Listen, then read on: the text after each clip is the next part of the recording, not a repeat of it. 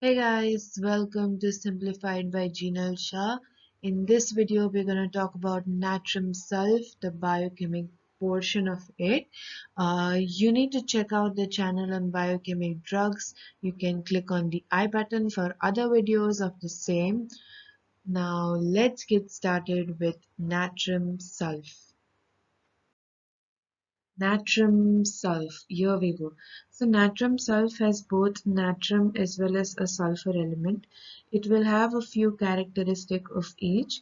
Let us see first of the natrum element, which is at mental state. The person is depressed, sad, and aversion to music as it makes her sad. This is characteristic of natrum group, also seen in graphitis and few more other remedies. The patient is very much sad, depressed, gloomy, dislikes to speak or to be spoken to, ill-humored, dislike of conversation. So they're peculiar loners and they don't want to talk, don't want to engage in any conversation. And not even music, like even music makes them sad. Another thing that we know about natrum sulph is that it is a biochemic thuja. So not only is it going to be related to natrum and sulfur, but the byproduct of combining sodium and sulfur is similar to thuja. So there are a few symptoms that are present in thuja which will be seen in natrum sulph, and we can correlate them. Starting first with the mind, since we are at mind. Thuja has peculiar delusions. Similarly, natrum sulph will also have delusions. There are suicidal tendency. She feels like she'll kill herself and she has to use all possible self-control to prevent shooting herself. So this is a trick question or MCQ question which is usually asked, is mind symptoms of natrum sulph, and the answer to it would be suicidal tendency with desire to shoot one's self. Okay. Now natrum sulph has an ailment from mental or brain injury effect of blows and falls, so that can contribute to such delusions or bizarre desires. Like we've already stated, the person is a loner, there is fear of crowd, evil, of people, and is easily frightened. Going on ahead with Thuja, Thuja has ailment from gonorrhea, ill-treated, and abuse of quinine. Same thing we're going to add in natrum sulph as well. So there is ailment from gonorrhea and abuse of quinine. So far the ailments from go fear, suppressed gonorrhea, flow or injury to head, and then we go ahead with Thuja is the hydrogenoid constitution. So there is going to be ailment from dampness, cellar, damp weather, and all the complaints are going to be aggravated in dampness. So when you write particulars of natrum sulph, you have to mention dampness in capitals and everywhere because it is an ailment from as well as an aggravating modality in natrum sulph. Another thing which we could relate to natrum is left-sidedness. So natrum sulph is a left-sided drug. By left-sided, then we have left lower lobe affection, left chest affection. Okay, moving ahead. Now, what I've done is slightly interesting. I have divided the word Thuja into a few components. The first one is T. If you write T like this, and then if you just be a little artistic, you can write it like this, right? So this is what I've then drawn is a liver. Otherwise, the drug had left-sided affection, but it also has affection on liver, which is situated on the right side. There is hepatitis. The liver is sore to touch with sharp stitching pain in the liver region. That is going to be jaundice, so which is why the skin and conjunctiva will be yellow, nausea and vomiting with bile. Then we come to H. If I draw H like this and then draw a hoop around it, this brings us to second statement, that is cannot bear anything around waist. This is seen in a lot of remedies that has flatulence or bloating. Since there is hepatitis, jaundice, there could be gallstones as well. There is flatulence tendency. So cannot bear anything around waist. And the remedy Natrum Sulph is ameliorated with passing flatus. Now remember, we are doing Natrum Sulph, but we are learning it through Thuja. And lastly, from Thuja, we go to Ja. Okay, Ja is like go or go fast. Considering it in mind, we add on the symptom of diarrhea, which is early morning.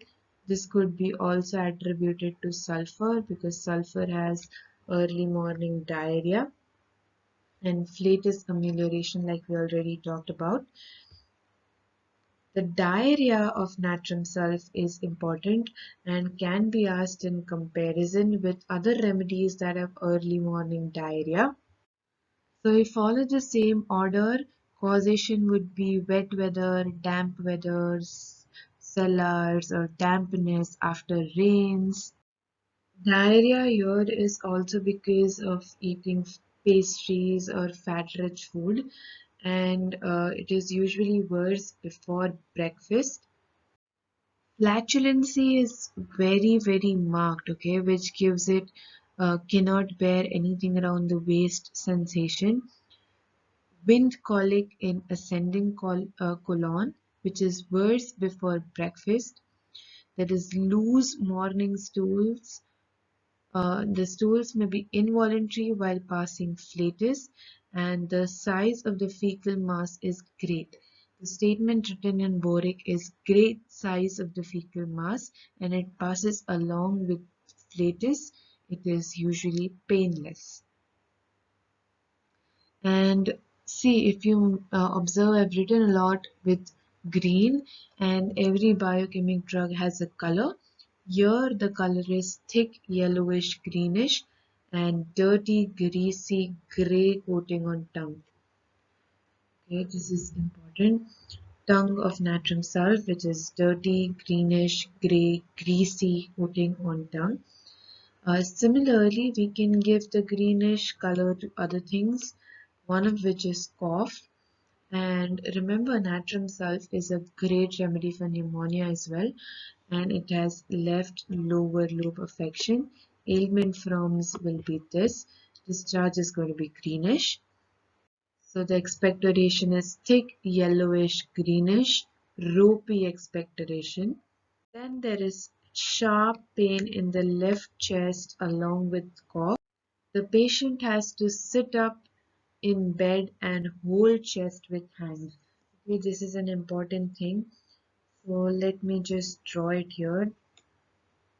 Suppose this is the bed, this is the person. He has to sit up in bed and hold his chest. Okay, I hope you can see. He's holding up his chest to feel better, right? This is for the pneumonia or RS, and they are worse at 4 to 5 a.m. Along with pneumonia, it also has asthma, which is again same ailment from aggravation 4 to 5 a.m. You have to write about this position in which he has to sit up so he feels better. There is pain in the left chest, left side is affected more, and if there is expectoration, it is greenish, yellowish, ropey, aggravation, cold, damp weather. So we are done with the RS, we are done with GIT. When we talk about gonorrhea, we can also mention about discharge, which will again be greenish, thick, yellowish, green, painless. Because of gonorrhea, there is going to be burning in urethra after and during urination with itching of scrotum. So here we are done with also the urinary system.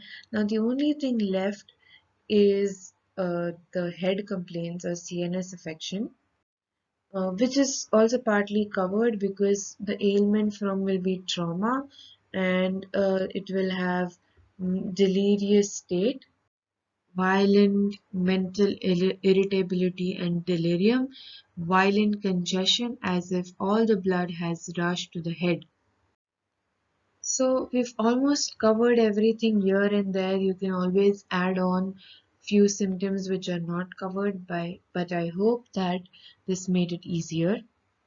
I know there were a few stretches. You have to imagine the T for liver, H for waist, but ultimately when you watch the video 2-3 times, it sits into your photogenic memory. Thank you for watching this video. You can watch out other videos on biochemic drugs. Like, share and subscribe to the channel if you haven't already, and comment down your views, whether you understood it, whether you want me to go back to the original method. Thank you.